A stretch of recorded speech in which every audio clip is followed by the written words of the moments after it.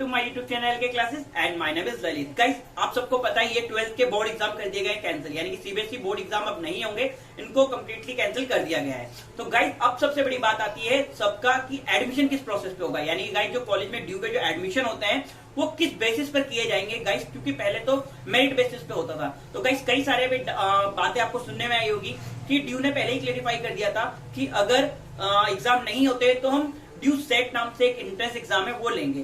तो गाइस लेकिन ये जो एंट्रेंस एग्जाम लेने की कहा गया था, बट लेकिन आज ही ड्यू ने अपना एक नोटिफिकेशन जारी किया है, जिस नोटिफिकेशन में उन्होंने बिल्कुल क्लेरिफाई कर दिया गया है कि हम कोई भी एंट्रेंस एग्जाम नहीं लेने वाले हैं। यानी कि गाइस अब जो आपका एडमिशन होगा वही मेरिट बेस्ड होगा। गाइस मेरिट बेस्ड का मतलब होता है जो आपकी 12th में परसेंटेज आती है।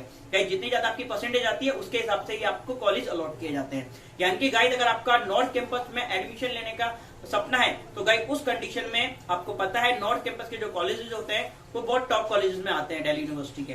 तो उनमें गाइस आपको अगर कॉमर्स के लिए, साइंस साइड के लिए, आपको आर्ट्स साइड के लिए एडमिशन लेना है तो गाइस अगर आपकी परसेंटेज 90 से कम आती है तो गाइस पॉसिबल नहीं होगा, क्योंकि वहां पर गाइस अगर आप हिंदू कॉलेज लेते हो तो आर्ट साइड के लिए उस जगह पर कम से कम 98 या 99 तक परसेंटेज मांगी जाती है। ऐसे ही कई सारे कॉमर्स के आप जो कॉलेजेस हैं, जैसे और भी कई सारे कॉलेज वहां पर गाइस सारे 95 प्लस के आसपास ही परसेंटेज मांगी जाती है। तो गाइस ऐसे के अकॉर्डिंगली, लेकिन अब जिस बेस पर आपका आपके जो मार्क्स आएंगे उसके अकॉर्डिंगली आपका एडमिशन होगा। लेकिन गाइस इस बार मार्क्स तो डिसाइडेड हो ही नहीं पा रहे हैं कि किस बेसिस पे दिए जाए, क्योंकि गाइस एग्जाम नहीं हुए हैं तो मार्क्स किस बेसिस पे देंगे।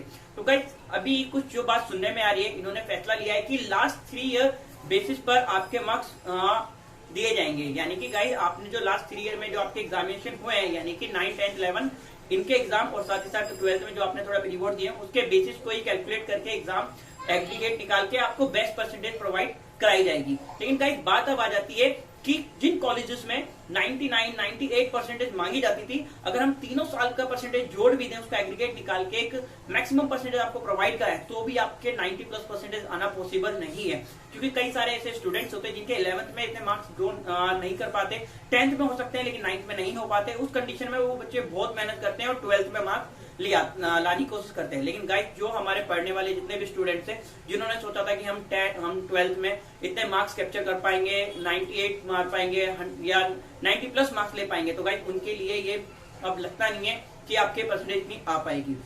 क्यों? क्योंकि गाइस जो इन्होंने बेस चुना है आपको मार्क्स देने का, हो सकता है उसके अकॉर्डिंग आपके 90 क्रॉस ना कर पाए। तो गाइस ऐसे में अगर 90 क्रॉस नहीं कर पाएंगे तो फिर आपके एडमिशन कैसे होगा इन कॉलेजेस में। तो गाइस आपको ऑब्वियसली अगर ये बेसिस चूज किया जाता है तो उसके अकॉर्डिंगली ड्यू को भी अपनी कट ऑफ गिरानी पड़ेगी, यानी ड्यू को भी अपनी कट ऑफ गिरानी पड़ेगी जिस बेसिस पे आपका एडमिशन हो सके। क्योंकि गाइस जो कॉलेज 99 या 98 परसेंटेज मांगता है उसके अगर इस बेसिस पे अगर वो एडमिशन लेगा तो किसी भी स्टूडेंट के 98% तो मार्क्स आ ही नहीं सकते या 99 प्लस तो मार्क्स आ ही नहीं सकते। तो उस कंडीशन में गाइस इनकी कट ऑफ जो परसेंटेज है वो जरूर गिरेगी अगर यही बेस रहा। तो गाइस बाकी अभी 1-2 दिन में आपको क्लेरिफाई हो जाएगा कि इसी कॉन्सेप्ट को लेके वो आगे वर्क कर रहे हैं, इसी बेस को लेके आपके 12th के मार्क्स देंगे या फिर कुछ और है।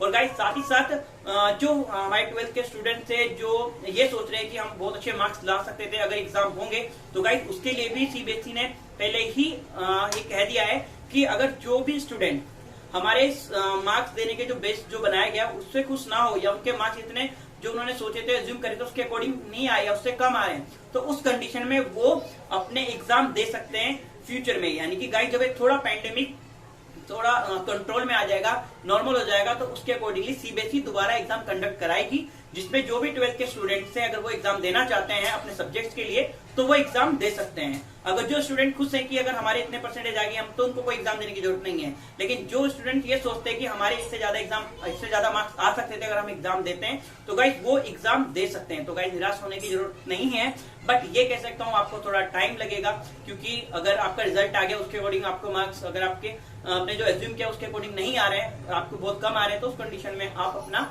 इम्प्रूवमेंट का एग्जाम दे सकते हो। तो गाइज और बाकी जो भी अपडेट आते रहेंगे मैं आपको प्रोवाइड कराता रहूंगा।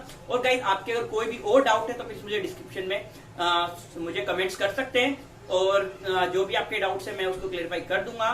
तो guys thank you for watching my video. और अगर आपने गाइज मेरा चैनल तक सब्सक्राइब नहीं किया है तो सबसे पहले मेरे चैनल को सब्सक्राइब कर लें, साथ साथ बेल आइकन को जरूर प्रेस कर लें जिससे और भी ऐसी इन्फॉर्मेशनल वीडियोस आपको डेली मिलती रहे।